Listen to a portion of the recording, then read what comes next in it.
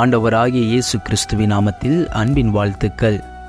உலகத்தின் மூடத்தனத்தையும் ஜீவிக்கிற கிறிஸ்துவின் பிரசன்னத்தின் உண்மையையும் பின்வரும் சம்பவத்தால் அறிந்து கொள்ளலாம். மோதிலால் என்ற ஒருவர் குடிப்போதையில் இருக்கும்போது எல்லாவித முட்டாள்தனமானதும் தீயதுமான காரியங்களையும் செய்து வந்தார். அவருடைய அயலகத்தாரில் சிலர் அவருடைய வீரச் செயல்களை பார்த்து அவரை விரும்புகிறவர்களாகவும் அவைகளில் அவரை உற்சாகப்படுத்துகிறவர்களாகவும் இருந்தார்கள்.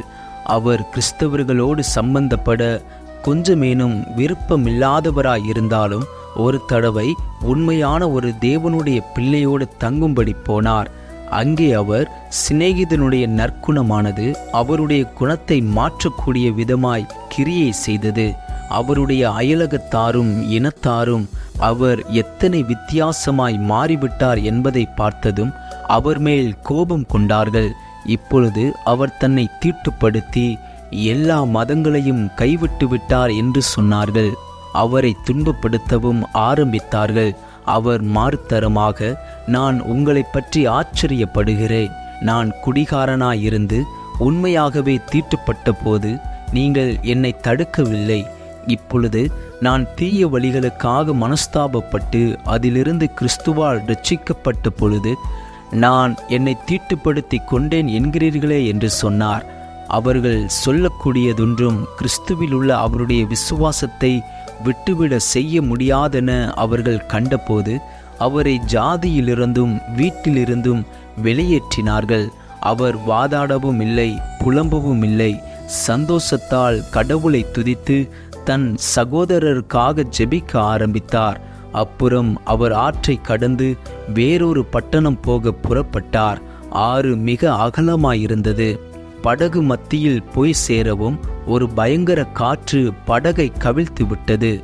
அநேக பிரயாணிகள் மூழ்கி போய்விட்டார்கள். மோதிலால் அடுத்த கரைக்கு நீந்தி போய் தன்னை தப்புவித்து கொண்டார்.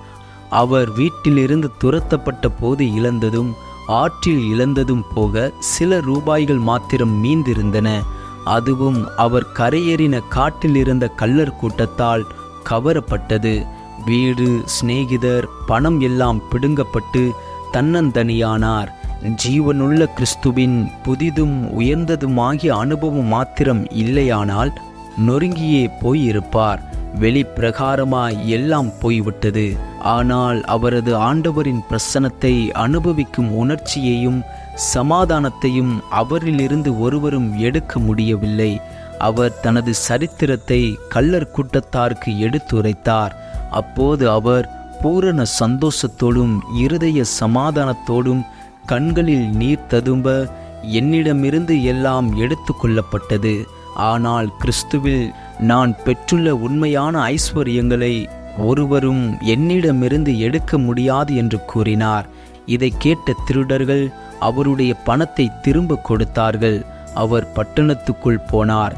அங்கே வசித்து வேலை செய்து சம்பாதித்து வாழ்க்கையை நடத்தினார். தன்னால் இயன்ற மட்டும் கிறிஸ்துவுக்கு சாட்சி கொடுத்து கிறிஸ்துவுக்கு உண்மையாய் வாழ்ந்தார். ஆமேன். கர்த்தர் தாமே உங்களை ஆசீர்வதிப்பாராக.